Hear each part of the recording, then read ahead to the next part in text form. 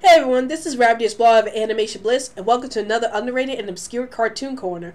So today's underrated and obscure cartoon I'm going to be talking about today is We're Back, a Dinosaur Story. Now, We're Back, a Dinosaur Story was actually based off a children's book written by Hudson Talbot, and it was made in 1993, and it was directed by it was executive produced by Steven Spielberg, and it featured the voices of John Goodman, John Goodman, Rhea Perlman, Jay Leno, all those great voice actors back in the day. I remember watching this movie a lot when I was little. And before I get into my thoughts about this movie, let's talk about the summary of this film. So, according to the back of the summary, I'm going to be reading it. It says, for every kid who ever wanted to meet a real dinosaur, Steven Spielberg presents We're Back, a Dinosaur Story, the animated tale of four prehistoric pals and the most awesome adventure since the dawn of time. Join Rex, Woog, Elsa, and Dweeb as they time travel to New York City to meet their biggest fans, modern-day kids, and make all their wildest dreams come true. So, that's basically basically the description of the movie as a whole. Basically, it's about these four dinosaurs: Rex, a Tyrannosaurus Rex; Elsa, a pterodactyl; Dweeb, a Tyrannosaurus, I think it's something like that; and Woob, who's a Triceratops.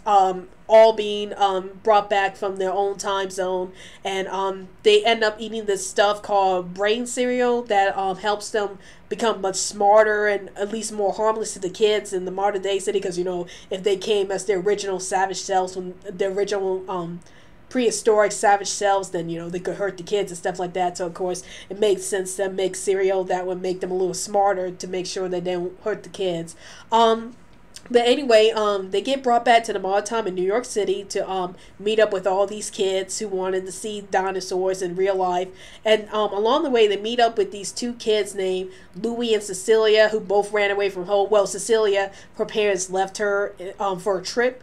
And Louie, he ran away from his home. So they meet up with these two kids who end up accompanied them on their journey to reach the Museum of Natural History, so they can meet up with the person who's going to set them up with the other kids. But along the way, with all those adventures they have, they meet up with a creepy professor named Professor Screw Eyes. And it turns out Professor Screw Eyes wants to make the dinosaurs revert back to their savage self, so he can have the circus of fear for the kids. Like, he wanted to have the circus that can scare kids, versus his own brother, who was the one who was responsible for bringing the dinosaurs to the modern day society, so he can make their dreams come true of having to see dinosaurs.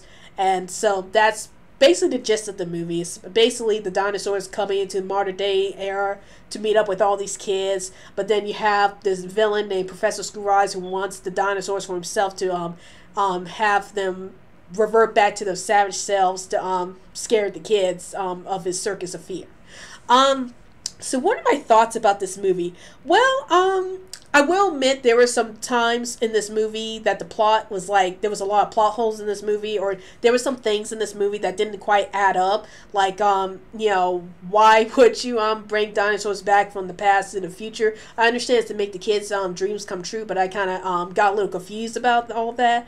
And then the fact that the backstory regarding Professor Screw Eyes and his screw eye was a little confusing to me. Like, there was a deleted scene that explained a little more about that, about how Professor Screw Eyes got a screw for his eye, but I guess they figured it was too gruesome to show to little kids, so they kind of left that part out. But yeah, there were some things in this film that got me a little confused. Like, is this a fantasy type of film? Like, they said it's in modern day New York City, but I can't tell which is the fantasy element. Well, yeah, I can tell what's the fantasy element, but I guess there were some fantastical things in this film that confused me a bit. So I will admit this film can get a little confusing for some people, like regarding whether or not this film wants to be a fantasy type of film, or it wants to be a real life type of film. The lines between real life and fantasy kind of blur a little in this film. But other than that, I thought this was a pretty enjoyable film.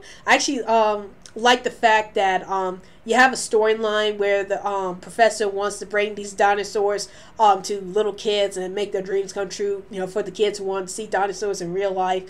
I also like the subplot between Louis and Cecilia. I would have liked the movie to explore more with that plot line besides actually like a clock is going on there. Anyway, I would like to see them actually have a storyline regarding about Louis and Cecilia, about why they left their families and stuff like that. A little more focus on the kids, I think I would like to see in this film. But other than that, I think the storyline was pretty cute, especially if you're a child and you want to see dinosaurs for yourself and you like to see how a movie can approach that idea about what it's like to, for a little kid to see their dreams come true for the first time. And I also like the near the end of the storyline involving Professor Screw Eyes. I like how the film took a little darker approach to it, to the plot when he appears, like, because he wanted to scare the kids, and that was something, you know, all throughout the first half of the film. It was all about trying to make the kids' dreams come true, and then you have this guy who wanted to scare the kids for the heck of it. So I found that really interesting. I love seeing that part of the storyline. I love seeing the darker direction the storyline went through when that happened. But probably the best part of this film was the music by James Horner. I really love James Horner music on here. I think it's very underrated when you compare it to James Horner other works like Jurassic Park and E.T. and stuff like that. I think some of his best music was in this film, and I love listening to it a lot whenever I can. So I think the best part of this whole film was the music done by James Horner.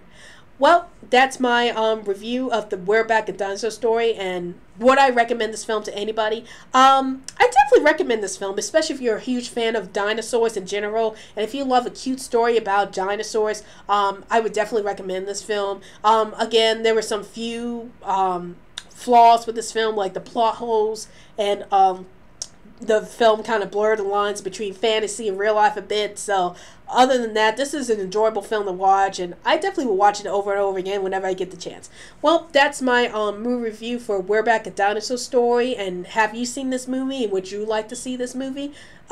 Please feel free to comment below if you've seen this movie or not, or if you haven't seen this movie.